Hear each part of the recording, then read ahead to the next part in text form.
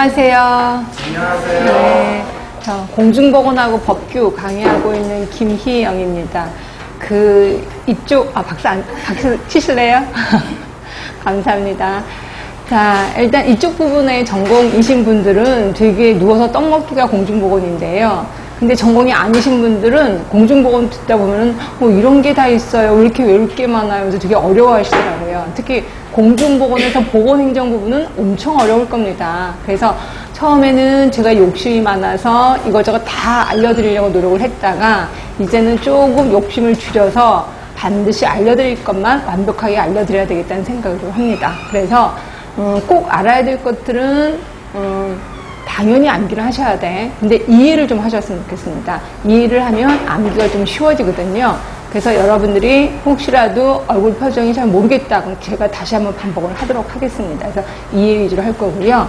자, 일단 제가 칠판에 써놓은 거는 자, 분야별 예상 출제 문항수예요. 반드시 이렇게 나오진 않습니다. 근데 이게 작년에 제가 이제 시험으로 갔었었는데 작년에 시험으로 간 거를 분석을 해서 제가 한번 정리를 좀 해본 겁니다. 그래서 봤더니 대부분 이제 공중보건 하면 개념 문제가 한 3문제 정도가 나오더라고요. 그죠? 그리고 작년까지는 40문제였다가 올해부터 35개 문제로 바뀐 것도 아실 거예요. 역학 부분을 되게 많이 어려워 하시는데 이 역학 부분이 3개 또는 4개 문제. 근데 역학 문제가 그렇게 어렵진 않아요. 대부분 우리가 알고 있는 산수 쪽이라고 생각하시면 돼요. 그래서 산수 계산만 잘해도 이게 웬만큼 맞게 되거든요. 그래서 역학. 근데 감염병 관리가 은근히 많이 나옵니다. 근데 감염병 관리 쪽에 이게 암기하는 게 되게 많거든요. 그렇죠? 그런데 그 암기를 노리는 문제들이 꽤나 많아서 이게 조금 골치 아프긴 할 거예요. 자, 근데 이제 만성질환 같은 경우는 보통 3문제 정도 나왔다가 이게 좀 늘어날 확률도 많아요. 왜냐면 요새는 감염병보다는 만성질환 쪽이 조금 많잖아요. 특히 우리나라 국민들이. 그래서 이제 만성질환 쪽이 좀 더 증가될 거다라는 예측을 하게 됩니다. 근데 여러분이 엄청 어려워하는 보건행정, 여기 이제 3문제나 나옵니다. 그래서 이제 보건행정에 대해서는 제가 조금 시간적 투자를 할 겁니다. 여러분들이 잘 이해를 못 하셔서. 그 다음에 이제 보건관리라고는 하지만 이 안에 모든 것들이 다 들어가 있어요. 인구, 역량, 보건교육, 학교보건 등등 다 들어가 있습니다. 그래서 여기에서 한 20문제 정도가 나온다라고 생각하시면 됩니다. 하여튼 이랬고, 이런 것들도 보시면 인구 2문제, 역량 2문제 이런 식으로 해서 거의 비슷비슷하게 분포가 되더라고요. 그래서 여기 안에서는 전부 다 20문제 생각하시면 될 것 같고요. 자, 법규에서는 모두 6개의 법을 배울 거거든요. 근데 모든 6개의 법이 다 똑같이 분포되어 있는 건 아닙니다. 많이 나오는 문제가 있고 또 조금 나오는 데가 있는데 대부분 공중위생관리법 이거는 작년에 개정됐던 거 아실 거예요. 근데 요게 이제 한 5문제 정도 나올 예상이고 그거 이상도 나올 수 있을 것 같은데 한 5문제. 그다음에 이제 식품위생법 5개 정도. 감염병 이거는 우리 공중보건에서도 감염병 관리가 많이 나왔던 것처럼 감염병 예방이 관리에 관한 법, 이게 좀 많이 나와요. 6문제 정도 나옵니다. 이것도 암기 위주거든요. 그래서 이게 좀 골치 아플 거고요. 그 다음에 폐기물 관리법이나 하수도법 같은 경우는 제일 조금 나오는 문제예요. 그래서 2문제 정도, 많이 나오면 3문제 정도 나올 것 같아요. 그리고 먹는물 관리법도 한 5문제 정도. 그래서 총 25문제가 나오고 공중보건은 35문제가 나올 겁니다. 예, 이렇게 해서 대강의 얘기를 했고요. 그 다음에 이제 본격적으로 우리 수업 들어가는데, 쟤는 이제 수업을 어떤 식으로 할 거냐면, 저희가 이제 주어진 시간이 50분하고 10분 쉬는 거잖아요. 근데 이제 50분 수업을 하는데 이론을 쭉 하다가 보면 여러분들이 분명히 존단 말이에요. 그래서 약간 좋은 분위기가 나, 그러면 지금까지 했던 걸 다시 한번 마무리하는 차원에서 오늘 나눠드린 유의문을 잠깐 보시면 가로놓기가 있을 겁니다. 그러니까 이거는 반드시 외워야 될 것을 제가 가로놓기를 한 거예요. 자, 가로놓기의 매력은 비어있을 때 매력이 있는 겁니다. 다시 말해서 답을 여기다 직접 쓰시지 마세요. 그러면 일회성이 됩니다. 그래서 여기다 쓰지 마시고 다른 여백에다가 답을 쓰세요. 그리고 길거리 다니면서 이걸 좀 들고 다니면서 쭉 보고 가로 안에 정답을 머릿속에 떠오르게 하는 거죠. 그래서 이게 효과가 좀 많이 있습니다. 그래서 항상 공부는 책상에 앉아서 럭셔리하게 하는 게 공부가 아니라 다니면서 길거리 다니면서 쭉 보고 생각하고 쭉 보고 생각하는 게 이게 실용성 있는 공부라고 생각하시면 됩니다. 그래서 그런 면에서 가로놓기를 좀 활용을 좀 많이 하셨으면 좋겠고요. 그다음에 가로놓기 끝나고 나면 우리 거기 문제 뒤에 이제 여기 우리 이론 쪽에 보시면 문제가 있을 거예요. 근데 문제에 정답도 있고 해석도 다 있거든요. 그래서 이거를 다 풀어드리진 않을 거고요. 조금 어려워하는 거, 그리고 또 반드시 알아야 되는 거, 그거 위주로 조금만 풀어드리겠습니다. 이런 식으로 해서 오늘 이론에 대해서 2번 풀어드릴 거고요. 그 다음에 다음 주에 오시면 제가 쪽지 시험을 갖고 올 겁니다. 그래서 좀 일찍 오셔야 돼. 일찍 오셔서 쪽지 시험, 그러니까 요번 주, 오늘 배운 거를 다음 주에 쪽지 시험을 본다라고 생각하시면 됩니다. 그래서 쪽지 시험 보시고 제가 죄송하지만 다 거둘 겁니다.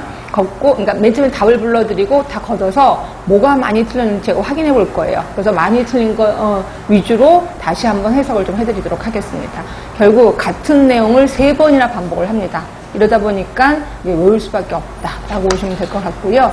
이왕 우리 시험 보기로 했으니까 철두철미하게 준비해서 한 번에 통과하는 게 제일 좋을 것 같아요. 예, 그렇게 잘 따라와 주시면 제가 도와드리도록 하겠습니다. 자, 그럼 우리 이제 본격적으로 들어갈게요. 책은 이쪽입니다. 이쪽. 공중보건에서 제일 처음 나오는 게 이제 건강에 대해서 나옵니다. 여러분들이 생각하기에 건강하면 아프지 않는 게 건강 아닌가요? 라고 생각할 수 있지만 아니에요. 공중보건에서는 건강의 개념을 이런 식으로 얘기를 하고 있습니다. 자, 제일 처음 나온 게 WHO. 당연히 외워두셔야 되겠죠. 자, WHO 동그라미 1번입니다. 단순히 질병이 없거나 허약하지 않은 상태만을 의미하는 것은 아니라 이것까지는 슬쩍 넘어가세요. 자, 외울 거. 육체적, 정신적, 사회적 안녕이 완전한 상태 외워두셔야 돼. 육체, 정신, 사회입니다. 육체, 정신, 사회적으로 안녕한 상태를 건강이라고 보는 거죠. 자, 육체적인 안녕은 문제는 아실 것 같아요. 정신적인 안녕도 감이 잡힙니다. 도대체 사회적인 안녕이 뭔데 혹시라도 모르실까봐 동그라미 2번에 써놓은 거예요. 자, 사회적인 안녕은 복지제도, 복지상태, 그 나라의 복지제도, 그 나라의 복지상태를 의미하는 것이 아니라, 그건 아니라 뭐냐면, 자, 자기 나름대로 사회생활하는데 역할이 있을 거 아니에요. 그 역할을 잘 수행해. 그럼 나는 사회적으로 안녕한 거예요. 예를 들어서 여러분은 학생으로서 역할이 있습니다. 그러면 시간에 맞춰서 여기 앉아있으면, 물론 앉아있는데 뭐 엉덩이도 아프고 난리가 납니다. 그런데 지금 여기 그대로 시간 맞춰서 앉아있잖아요. 그러면 이거를 사회적인 안녕이라고 표현하는 거죠. 그래서 이 사회적인 안녕에 대해서 뜻을 묻는 기출문제가 있었습니다. 그러니까 그렇게 알고 계시면 되고요. 자, 그다음 두 번째 보시면 이제 여러 학자들이 건강에 대해서 쭉 얘기를 하고 있는데, 자, 여러 학자들에 대해서도 시험 문제 좀 나오는 게 좀 신경 써 주셔야 돼. 일단 히포크라테스. 이분은 나중에 역사에서도 우리 꼭 배우실 거예요. 그래서 이분하고는 통성명 하시는 거 괜찮습니다. 자, 히포크라테스 하면 장기설 얘기가 나올 거예요. 낯선 단어죠? 장기설. 장기설은 뭐냐면 더러운 공기라고 생각하시면 돼요. 결국 더러운 공기가 내 몸에 들어가면 나는 병이 생겨요. 근데 더러운 공기가 빠져나가면 나는 병이 다 낫는다라고 하는 거야. 결국 그때 당시에는요, 균이라는 게 있는지 몰랐었어요. 그래서 균이라는 건 없고 병이 왜 생기냐면 더러운 공기가 내 몸에 들어가면 나는 병이 생겨라고 주장한 게 장기설이에요. 히포크라테스가 의사란 건 아실 거예요. 그때 당시 의사도 균을 발견하지 못했었으니까 장기설을 주장했고요. 그리고 우리 몸은 4개의 액체로 이루어져 있다. 그래서 4개의 액체, 혈액, 점액, 황담, 흑담. 아주 예전에는 이거를 묻는 기출문제로 나섰습니다. 히포크라테스가 주장한 4개의 액체가 아닌 것은 이런 식으로 문제 나온 적 있었거든요. 아주 유치하게. 하여튼 또 나올 수 있으니까 외워두시는 게 좋아요. 혈액, 점액, 황담, 흑담. 그런데 요 4개가 균형을 받으면 나는 건강한 거예요. 근데 이 균형이 깨졌어. 그러면 나는 병이 생긴다라고 또 주장을 했었습니다. 사실 이게 히포크라테스. 자, 그럼 이제 버나드요. 자, 버나드는 우리 쪽에서는 아직까지 문제가 안 나왔었는데요. 공중보건에서는, 그러니까 보건학 하는 친구들, 거기서는 좀 단골 문제가 버나드거든요. 그래서 우리 쪽도 나올까봐 미리 좀 신경 쓰세요. 자, 버나드 하면 B자로 시작하잖아요. B. B가 이거 별로 안 이쁘죠. 또 이거 별로 안 이쁘죠. 그래서 위아래가 균형을 받아야 건강한 거야. 결국 외부 환경, 내부 환경의 항상성이 유지되면 나는 건강한 거다라고 얘기한 게 버나드예요. 외부 환경, 내부 환경입니다. 자, 그 다음에 무엇보다도 매력적인 사람은 던이라는 사람이에요. 자, 던은, 그러니까 그때 당시에는 사람들이 그랬어요. 건강한 사람, 또 질병이 있으면 환자, 건강한 사람, 환자, 딱딱 이분법적 사고였었다가 이 던이라는 사람은 아니야, 이분법은 좀 아닌 것 같아. 그러면서 일직선을 그어놔요. 그래서 이쪽으로 갈수록 건강한 거, 이쪽으로 갈수록 불건강한 거라고 하면서 하루 중에 왔다 갔다 할 수 있다는 거죠. 내가 아플 수도 있고 안 아플 수도 있어요. 그리고 병이 생길 수도 있고 병에서 나을 수도 있다는 거죠. 왔다 갔다 한다는 거예요. 결국 연속선 개념을 제시합니다. 연속선 개념. 연속선 개념에서 왔다 갔다 한다, 뭐예요? 동적인 개념을 제시합니다. 그래서 던이라는 사람은 연속선 개념의 동적인 개념을 제시하는 사람. 그래서 유명한 사람입니다. 그래서 이제 던. 자, 반면에 아까 조금 전에 WHO 건강의 정의 외우셨나요? 아까 무슨 적 했는데 혹시 얘기해 주실래요? 자, 뭐죠? 육체적, 옳지. 또 정신적, 또 사회적. 예, 사회적으로 안녕한 상태라고 얘기했습니다. 그럼 이거는 동적인 거예요? 정적인 거예요? 응? 딱 사회적으로 안녕해야 돼. 그리고 육체적으로 안녕해야 돼. 그럼 동적인 거예요? 정적인 거예요? 정적인 거예요. 예. 그래서 우리가 외웠던 그 WHO 건강의 정의가 정적인 거란 말이에요. 정적인 거라는 결국 뭐예요? 불연속 개념이에요. 불연속 개념. 그래서 WHO는 불연속 개념을 제시합니다. 불연속 개념 또는 정적인 개념을 제시해요. 요거와 반대의 개념이 누구냐면 던이라는 사람. 그렇죠? 던은 동적인 개념과 연속성 개념을 제시하고 있다. 결국 WHO 외우면 던도 같이 따라서 외우셔야 돼. 그렇죠? 이제 던에 대해서 얘기를 했고요. 자, 그다음 5번 라논드라는 사람도 있습니다. 이 사람도 조금 유명한 사람인데, 자, 라논드는 건강에 영향을 미치는 요인을 4가지로 얘기하고 있습니다. 4가지. 하나는 환경. 그다음에 또 하나가 생활 방식. 또 하나는 인간 생물학. 인간 생물학은 우리가 알고 있는 유전적인 요인을 얘기하는 것 같아요. 그 다음에 4번째는 보건의료 체계. 그래서 이 4개로 이루어져 있다. 이 중에서 가장 중요한 거는 생활 방식이다라고 얘기를 합니다. 생활 방식, 여러분들 아시겠어요? 무슨 뜻인지 잘 모르겠죠? 영어로 라이프 스타일이래. 그래도 잘 모르겠는데 조금 쉽게 표현한다면 생활 습관이야. 생활 습관. 자, 내가 습관이 담배 피는 습관이 있어. 그럼 건강하지 못하겠죠. 근데 내가 운동하는 습관이 있어. 그럼 난 좀 건강한 거다. 이렇게 생각하시면 돼요. 결국 라논드는 이 4가지 중에서 생활 방식이 가장 중요하다고 얘기를 했어요. 그것 때문에 거기 보시면 질병 예방은 생활 방식의 개선으로 결정이 된다라고 얘기를 한 거예요. 그래서 유명한 사람입니다. 생활 방식이라는 용어를 최초로 사용했기 때문에. 자, 그 다음에 6번의 팔슨, 7번의 유머는 그냥 넘어가겠습니다. 자, 옆에 가시면 자, 9번에 캐슬 콥이라는 사람. 이 사람도 좀 자주 나오는 사람 중에 하나입니다. 캐슬 콥. 자, 이 사람은 건강의 행위를 크게 3개로 나눠놨습니다. 건강 행위. 하나는 아픔의 행위. 또 하나는 환자 치료. 또 하나가 예방보건 행태. 그래서 저는 예방보건 행태부터 설명을 드릴게요. 자, 예방보건 행태는 뭐냐면 나는 지금 건강해. 아무런 증상도 없고 질병도 없어. 그리고 이러한 건강은 지킬 수가 있어 라고 생각하는 사람의 행위예요. 어떻게 행동할까요? 나 건강해. 이 건강 지킬 수 있어 라고 생각하는 사람 어떤 행동을 할까요? 운동하겠죠. 열심히 운동하겠죠. 네, 이런 것들을 우린 예방보건 행태 이렇게 표현해요. 운동도 하고 예방접종도 하고 담배도 끊고 이런 거를 예방보건 행태라고 합니다. 자, 그런데 다시 처음으로 가세요. 아픔의 형태. 자, 이거는 주변 사람들이 너 이상하다, 얼굴이 약간 다크서클도 있고 좀 안 좋니? 음식만 먹으면 계속 소화도 안 되고 좀 이상이 있는 것 같아. 그러니까 내 스스로 아픈 걸 인지하는 겁니다. 이걸 아픔의 행태라고 하는데요. 자, 우리 아프면 어디 가요? 아프면 병원 갑니다. 예, 그런 행동이 아픔의 행태예요. 그래서 병원에 가거나 어떤 사람은 병원 먼저 가는 게 아니라 집에 있는 소화제 주워 먹거나 또는 친척을 통해서 소화 그때 안 되는데 그때 소화제 말고 뭐 끓여 먹으면 소화가 돼? 이게 여러 가지 행동 이런 것을 몽땅 꺼서 아픔의 행태. 예. 자, 그런데 이제 환자 치료 행태는 뭐냐면 이제 너무 아파서 병원에 갔습니다. 그랬더니 의사가 당신 위암입니다 이렇게 표현했어요. 그러면 이제부터는 위암을 치료하기 위해서 내가 노력을 하겠죠. 그래서 의사가 하라는 대로 할 겁니다. 그런 행동을 환자 치료 행태라고 보는 겁니다. 환자 치료 행태. 결국 아픔의 행태와 환자 치료 행태의 가장 큰 차이점은 의사한테 진단받기 전이냐 받은 후냐 이렇게 생각하시면 돼요.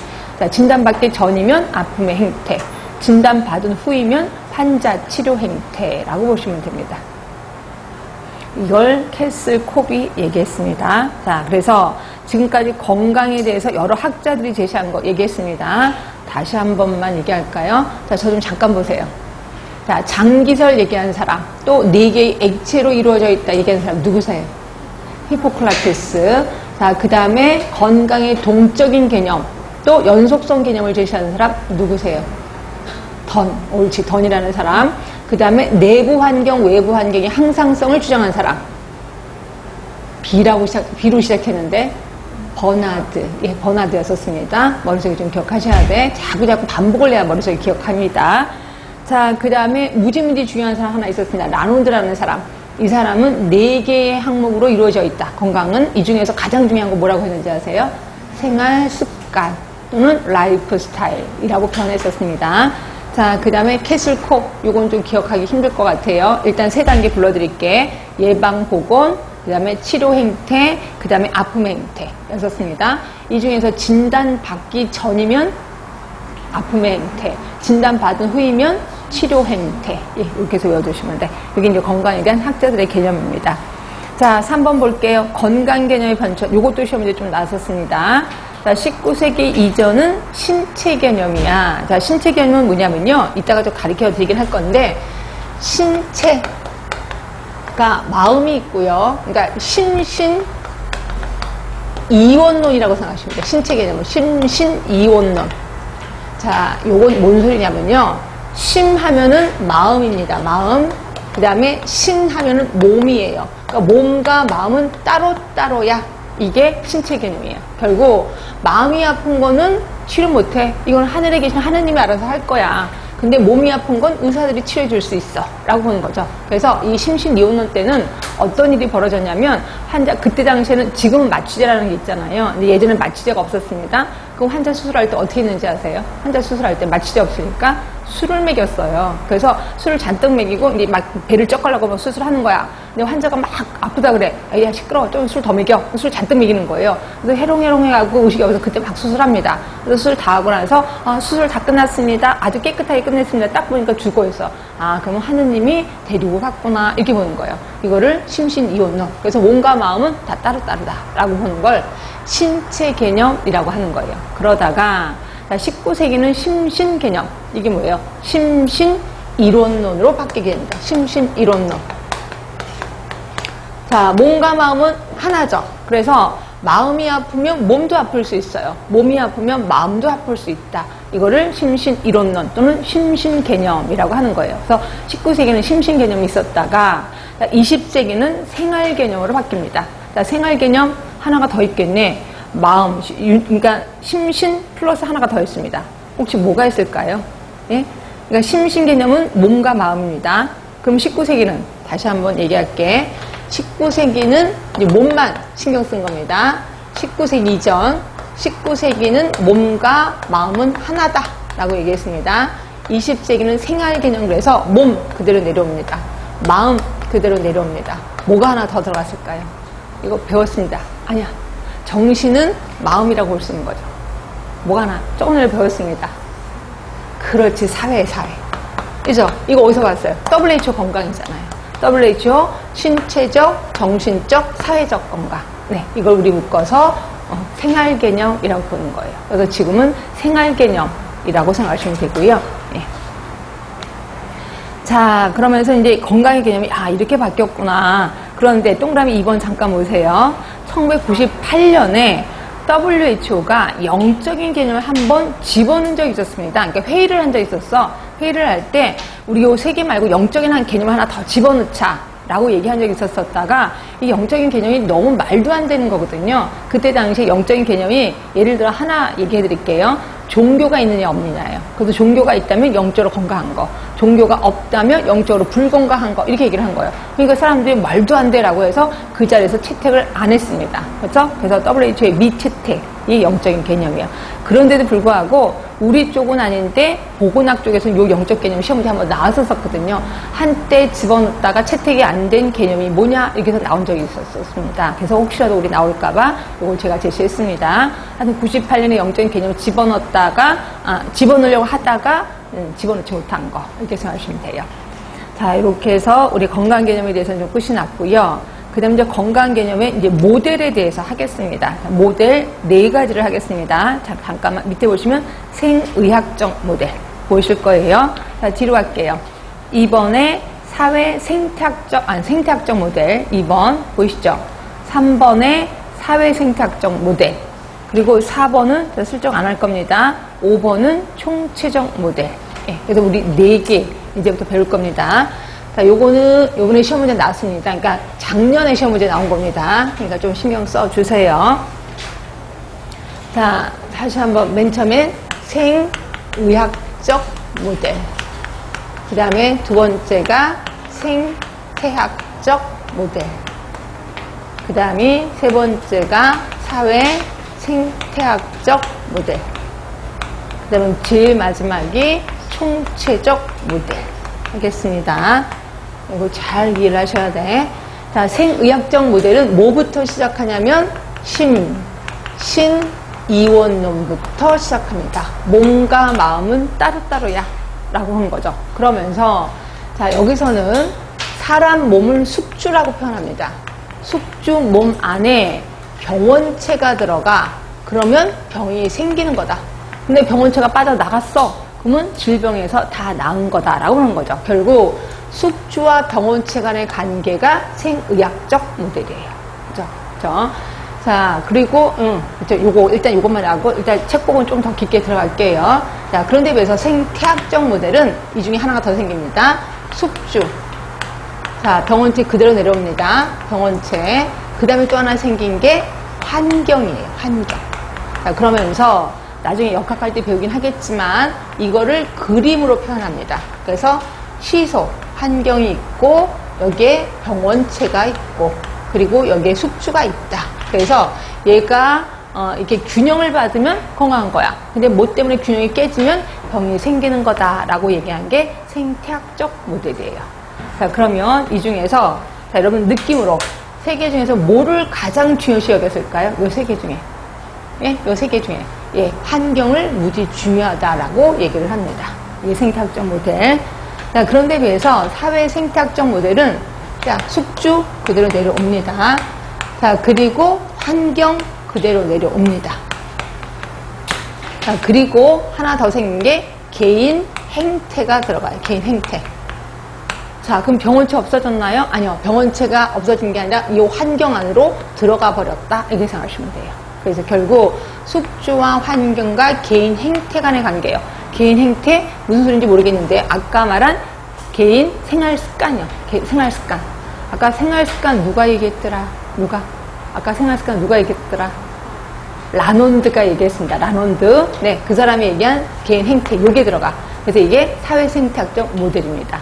자, 그리고 총체적 모델. 총체적 모델은 이제 숙주가 이름을 바꿉니다. 인체생리라는 이름으로 이름을 바꿨는데 똑같은 의미예요. 숙주. 그리고 환경 그대로 내려옵니다. 그리고 개인 행태가 생활습관이라는 이름으로 나옵니다. 이것도 그냥 개인 행태라고 외워도 상관없습니다. 그 다음에 또 하나 생긴 게 보건의료 시스템, 보건의료 체계가 들어갑니다. 그래서 요 4개가 건강을 좌지우지한다라고 얘기를 한 거예요. 그래서 그런데 이거 어디서 본 것 같지 않아요? 인체생리, 환경, 생활습관, 보건의료 체계 어디서 본 것 같지 않아요? 이거 라논드가 얘기한 거랑 똑같습니다. 결국 총체적 모델은 라논드가 얘기한 거랑 똑같은 거예요. 거기 보시면 라논드가 얘기한 거 볼까요? 이쪽에 동그라미 5번 보세요. 이쪽에 동그라미 5번 환경 보이시죠? 생활 방식, 인간 생물학, 보건의료 체계 똑같잖아요. 이거 4개입니다. 아, 그러니까 이거는 외우면 라논드도 되고 총체적 모델도 되는구나 이렇게 생각하시면 되고요. 그래서 외우시는데 자, 일단 여기서는 환경을 되게 중요하다고 얘기했습니다. 그럼 사회생태학에서는 뭐를 중요시 여겼을까요?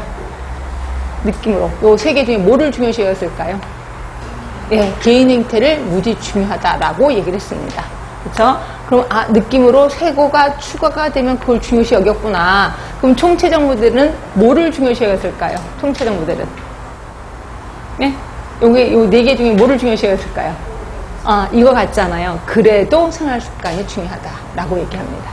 그래도 생활습관이 중요하다. 그래서 여기서 말하기는 한 50%가 중요하다라고 얘기를 하고 있습니다. 생활 습관이. 그렇게 해서 좀 알아두시고요. 자, 요거는 이제 인체 생리라는 거는 숙주니까 아실 거고, 환경 아실 거고, 생활 습관 아실 거고, 보건의료 체계만 설명을 좀 드릴게요. 자, 보건의료 체계는 뭐냐면, 그 나라의 보건의료 체계가 예방 위주냐, 치료 위주냐, 이거 갖고 봅니다. 그 나라의 보건의료 시스템이 예방 위주냐, 치료 위주냐. 자, 그거 하나, 여러분 상식이 있으려나 모르겠지만, 우리나라 보건의료 체계는 예방 위주일까요? 치료 위주일까요? 치료 위주입니다. 아, 예방 위주일 것 같잖아요. 치료 위주입니다. 그러니까 이게 뭘 생각하시면 되냐면, 우리가 이제 감기 때문에 병원에 갔어. 그래서 의사한테 저 감기 걸렸어요. 콧물도 나고요. 온몸이 춥고요. 어쩌고 얘기하면 약 되게 많이 주죠. 약 한 몇 달 정도 줄까요? 예? 감기 때문에 병원에 가면 몇 달 정도 줄까요? 예?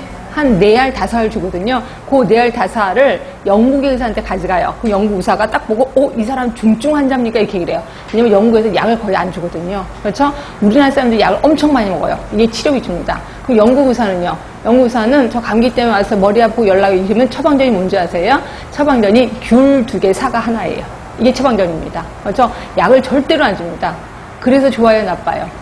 그래서 한국 사람들이 영국에 가면 열받아서 못 산대요. 왜냐면 의사 지금 머리 아파 죽겠는데 귤 2개, 사과 하나 열 안 받아요. 그러니까 한국 사람들은 막 멱살 잡고 약 좀 달라고 막 소리를 지른대요. 그래서 영국 의사들 한국 사람 정말 싫다고 맨날 툭하면 약 달라고 그런다고 이렇게 얘기하더라고요. 하여튼 우리나라는 치료 위주예요. 그죠? 그래서 치료 위주이기 때문에 환자가 더 많아집니다. 그런데 예방 위주면 환자가 별로 없다라고 생각하시면 돼요. 하여튼 이런 것들이 영향을 미치고 있다. 이렇게 생각하시면 돼. 자, 그럼 지금까지 한 거 줄 좀 쳐볼게요. 책은 3쪽입니다. 자, 생의학적 모델 보이시죠? 자, 생의학적 모델, 정신과 육체가 분리하는 심신이혼론에부터 시작을 했다. 자, 기억본에 보시면 건강이란 단지 질병이 없는 상태, 결국 인체를 기계 부품처럼 이해를 했다는 거예요. 그러니까 몸은 그냥 기계예요. 그러면 병이 났어. 그럼 기계가 고장난 거다라고 보는 거죠. 그래서 보시면 리을번의 중요 내용을 보세요. 질병과는 인간을 기계적 구조로 봤다는 거예요. 결국 기계가 고장난 거다라고 본 거고요. 이러한 인간의 몸에 병인론, 특정 세균이 들어가면 그 병에 걸려요. 신기하지 않아요? 결핵균이 들어가면 결핵에 걸려요. 콜레라균이 들어가면 콜레라가 걸려요. 이런 거를 우리 단일 병인론이라고 표현하는 거예요. 자, 이러다 보니까 전문가 중심의 의료 체계가 형성될 수밖에 없습니다. 그죠? 그 밑에 전문가 중심의 의료 체계 보이실 겁니다. 점땡땡이에. 요게 생의학적 모델. 그러면 생의학적 모델은 아주 옛날 얘기인가요? 지금은 아닌가요? 어때요, 여러분들? 생의학적 모델은 아주 옛날에 지금도 있어요. 이 모델이. 지금도 있죠. 그래서 하는 게 뭐예요? 그래서 하는 게 장기이식이잖아요. 내 몸을 기계처럼 보는 거죠. 장기이식. 장기이식 지금 대부분 어디서 해요? 장기. 그냥 여러분 그냥 상식선에서 한번 상식 키워주려고.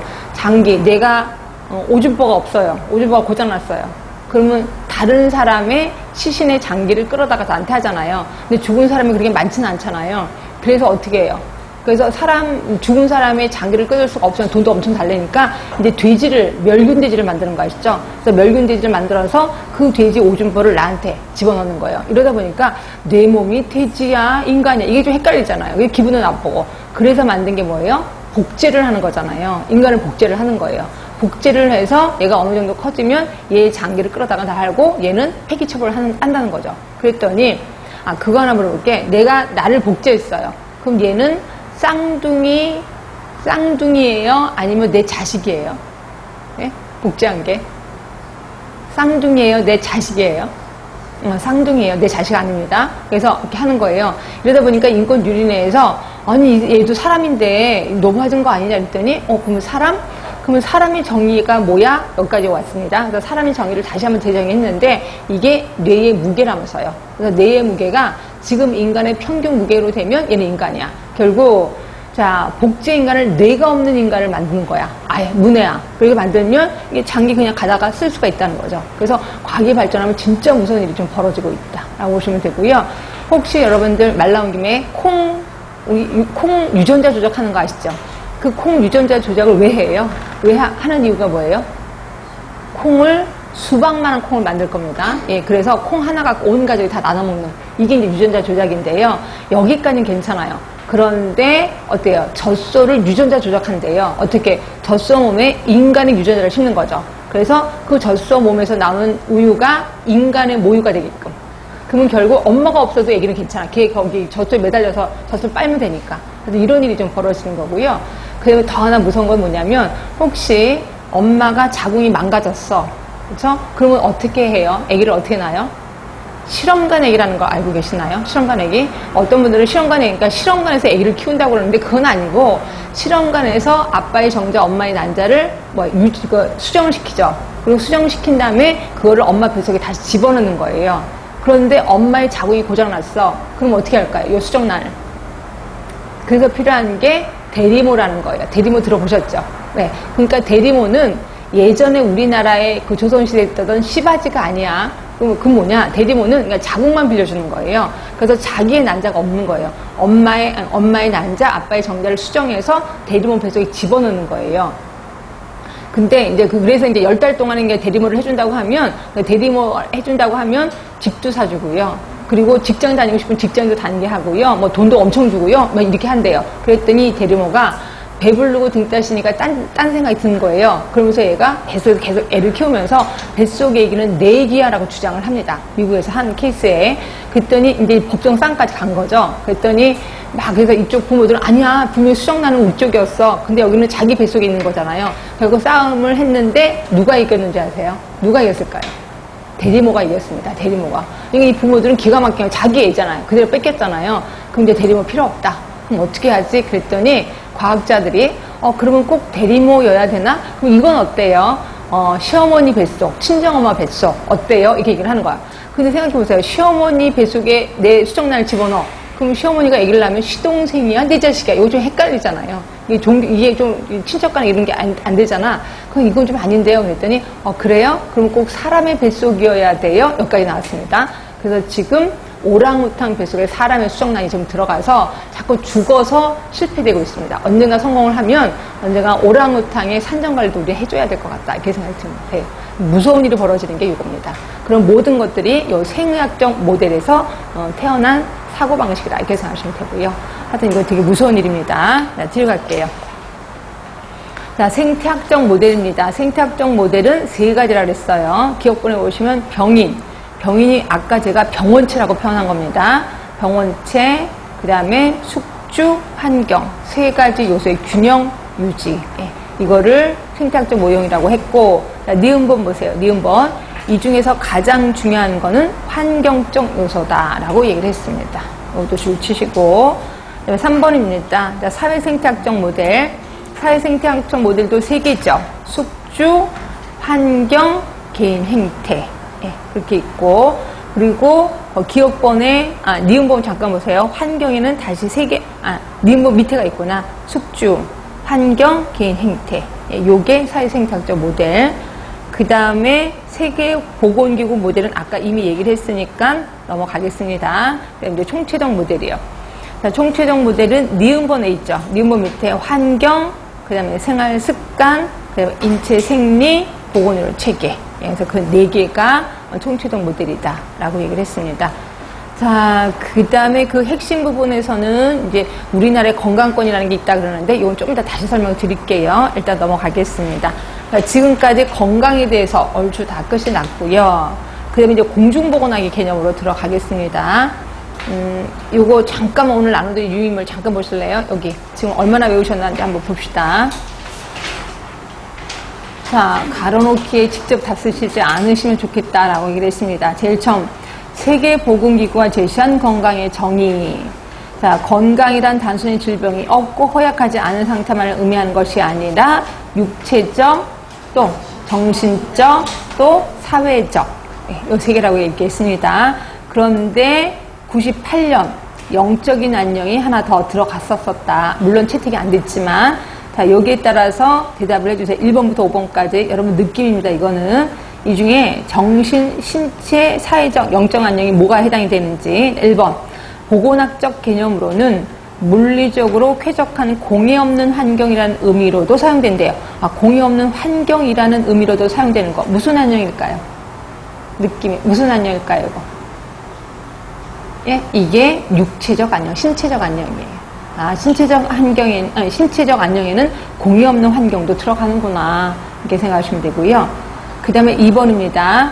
본인이 생각하는 이상적인 자, 다른 사람 눈에 비친 나의 모습, 현실적인 나 자신의 모습인 현재의 나의 모습이 일치할 때 건강한 상태가 오는데, 그러니까 내가 생각하는 이상적인 자, 남이 생각하는 나, 내가 생각하는 나, 이게 일치가 되면 건강한 거래요. 이거 무슨 안녕일까요? 예, 정신적 안녕이에요. 정신적 안녕. 세 번째입니다. 사회적인 역할과 규칙 인간관계를 유지하면서 사회적 규범에서 벗어나지 않게 직업을 가질 때 건강하다는. 사회적 규범에 벗어나지 않게 직업을 가질 때 내가 도둑질을 해, 도둑이야. 그러면 이거 벗어나는 직업이니까 안 되는 거잖아요. 이렇게 벗어나지 않게 직업을 가질 때 건강한 거래. 이거 뭘까요? 사회적인 안녕이에요. 사회적인 안녕. 자, 네 번째입니다. 상해나 장애가 없으며 동시에 생리적인 기능이 정상 범위에서 균형을 유지하고 있어서 내 몸이 항상성이 유지되고 있는 상태. 뭘까요? 신체적 안녕. 신체적 안녕. 자, 다섯 번째입니다. 자, 개인의 직관적인 판단, 정신적 초월의 상태에서 자기 중심적인 상태로 자기 만족을 경험하는 초월의 상태 이런 것도 나옵니다. 이게 뭘까요? 이게 영적인 안녕이에요. 영적인 안녕. 그렇죠? 그래서 혹시라도 영적인 안녕이 문제 나올까봐 제시를 합니다. 자, 건강 개념의 변천, 19세기 이전은 무슨 개념? 신체 개념. 19세기는요. 신 개념. 20세기는요. 생활 개념. 생활 개념. 자, 그 다음에 생의학, 생태학, 사회생태학 총체적 모델 중에 답을 써주시면 돼. 자, 1번. 병인, 숙주, 환경의 3요소가 균형 유지를 한대요. 무슨 모델? 예, 생태학적 모델. 아까 지뢰 때. 자, 두 번째입니다. 숙주, 환경, 개인, 행태 3요소가 건강을 결정한대요. 뭘까요? 사회생태학적 모델. 사회생태학적 모델. 자, 세 번째입니다. 환경, 생활습관, 인체생리, 보건의료 체계 4요소가 건강을 결정한대요. 총체적 모델. 자, 네 번째입니다. 정신, 신체, 이원론에서부터 출발을 한대요. 뭘까요? 생의학적 모델. 네, 그래서 다 외우셔야 됩니다. 자, 그 다음에 다시 책으로 오셔서. 자, 이제 공중보건학으로 들어갑니다. 이제 공중보건학의 정의형. 거기 보이실 거예요. 뭐 정의 부분 있는데, 저는 윈슬로우 교수가 한 것부터 들어갈게요. 자, 가로 이번에 윈슬로우 교수, 요 시험 문제 좀 자주 나오거든요. 자, 1번. 조직적인 지역사회 공동의 노력을 통해서 질병을 예방하고 수명을 연장하고 신체적, 정신적 효율을 증진시키는 기술이자 과학이다라고 얘기를 합니다. 이거 어떻게 외우지? 큰일 났습니다. 하여튼 지역사회 공동의 노력을 통해서 질병 예방, 수명 연장, 그리고 신체, 정신, 효율을 증진시키는 거야. 아까 WHO의 건강의 정의 중에 뭐가 빠졌어요? 뭐가 빠졌어요? 아까 WHO는 신체적, 정신적, 사회적 있었잖아요. 여기는 사회적인 게 없습니다. 신체, 정신적 요거밖에 없습니다. 그래서 요 두 개 비교해서 또 문제가 나오기도 하더라고요.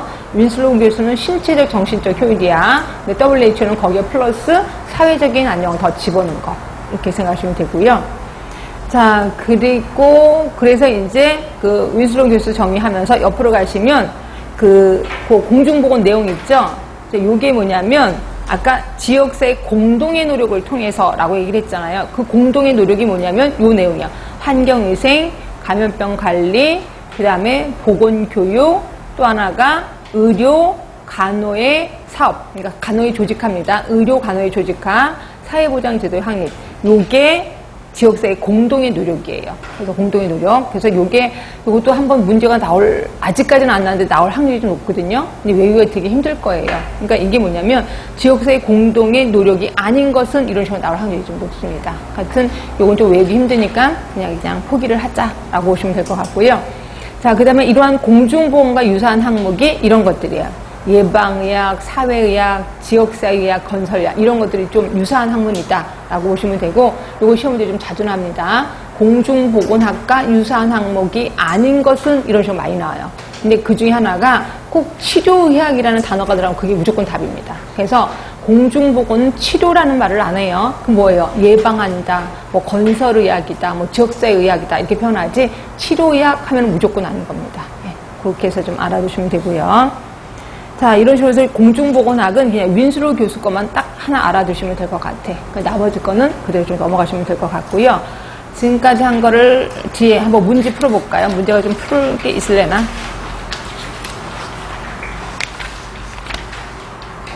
자, 23쪽일 겁니다. 23쪽에 되는 대로 한번 해볼게요. 건강에 대한 현대적 건강 개념으로 맞는 거. 현대적 건강 개념.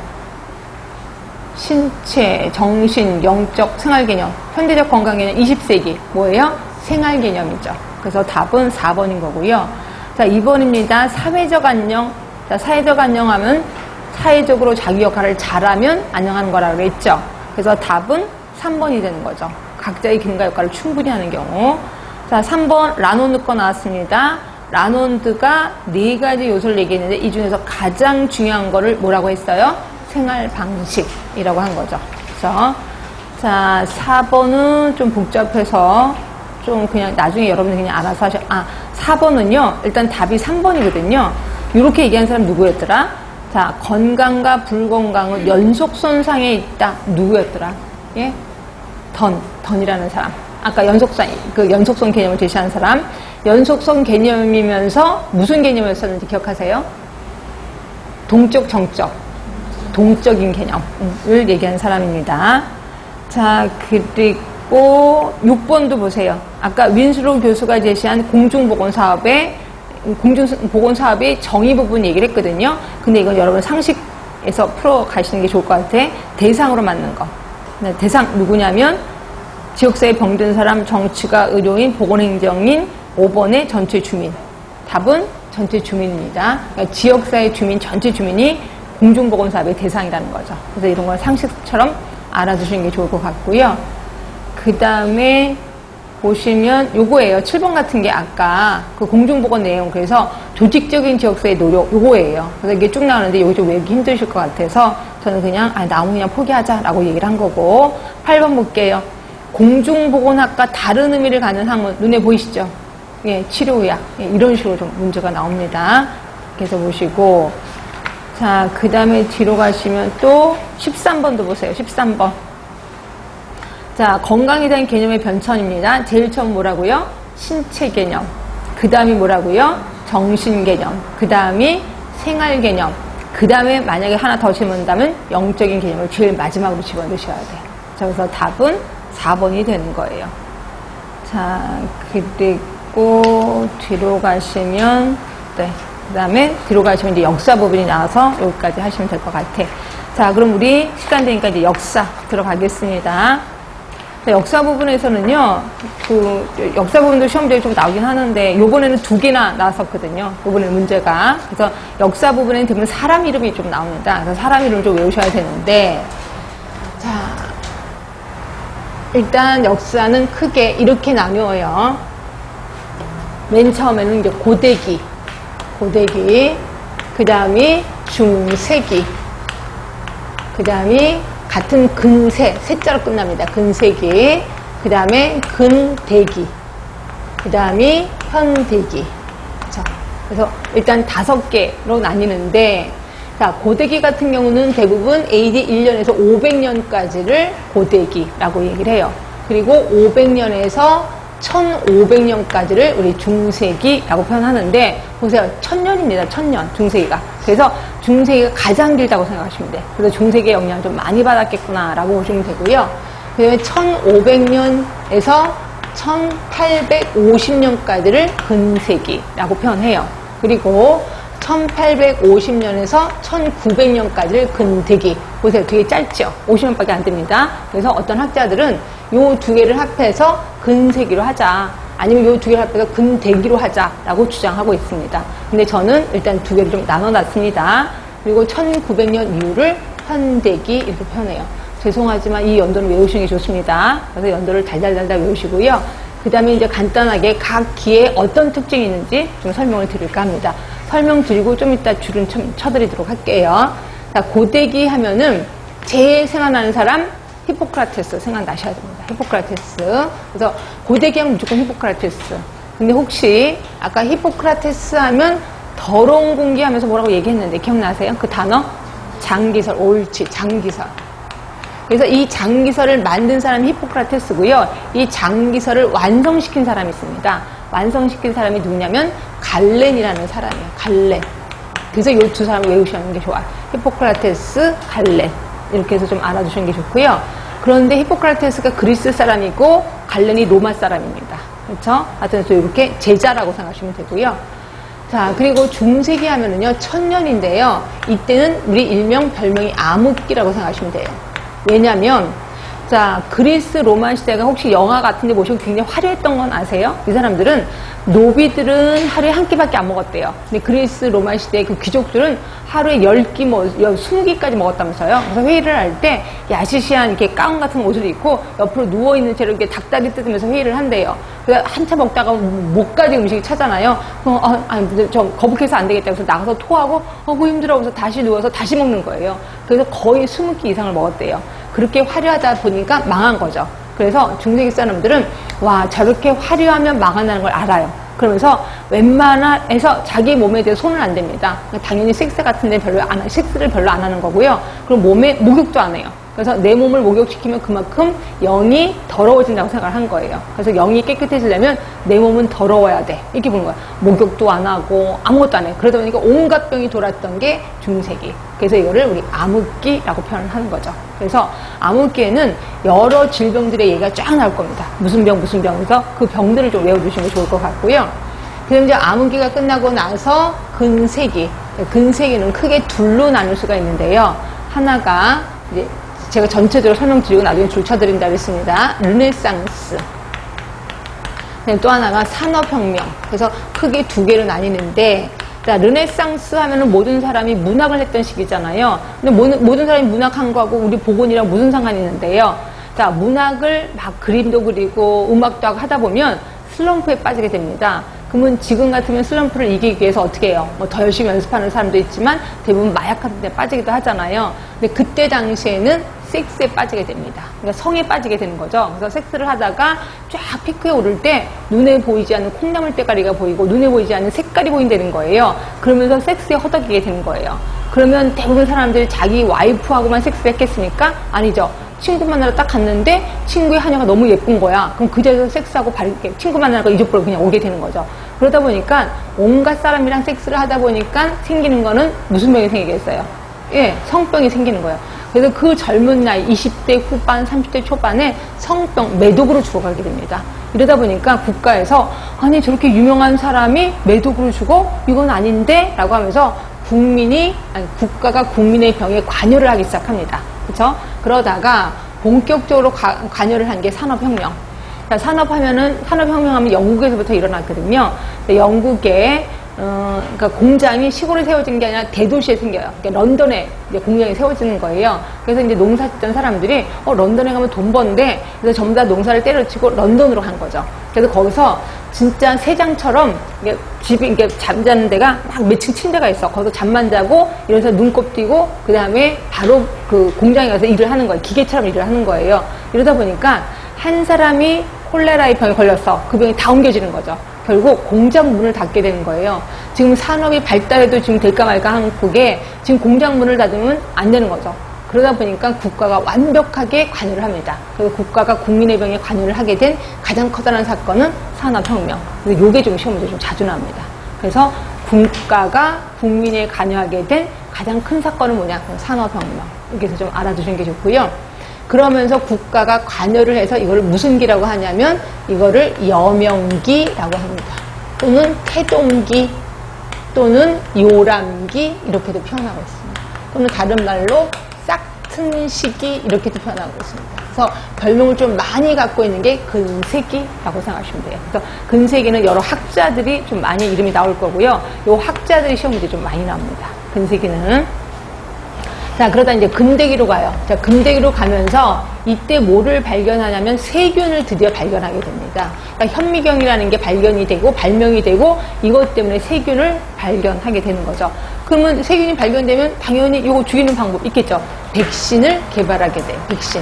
결국 이때부터는 예방 위주의 학문이 예방 위주의 시대가 오게 되는 겁니다. 예방 위주의 시대가 오는 거죠. 그런데 안타깝게도 짧다고 얘기했어요. 50년밖에 안 됩니다. 50년밖에.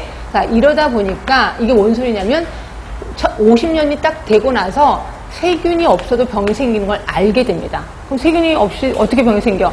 세균 없이 생기는 게 고혈압, 당뇨 이런 것들이잖아요. 그러니까 세균이 없어도 병이 생기는 걸 금방 알게 돼서 그래서 이때부터는 이거를 다요인설 시대, 꼭 세균이 없어도 병이 생겨 다요인설 시대 이렇게도 표현하고 있습니다. 그래서 이때부터는 그래서 이제 오늘 여기를 세균학설 시대라고 합니다. 세균학설 시대. 그리고 세균이 없어도 병이 생겨 그래서 다요인설 시대라고 하는데, 자, 아까 제가 요거 얘기했죠. 국가가 관여하기 시작했다. 이게 여기서는 확립이 됩니다. 국가가 확실하게 국민의 병에 관여를 해. 이걸 확립기라고 하는 거고요.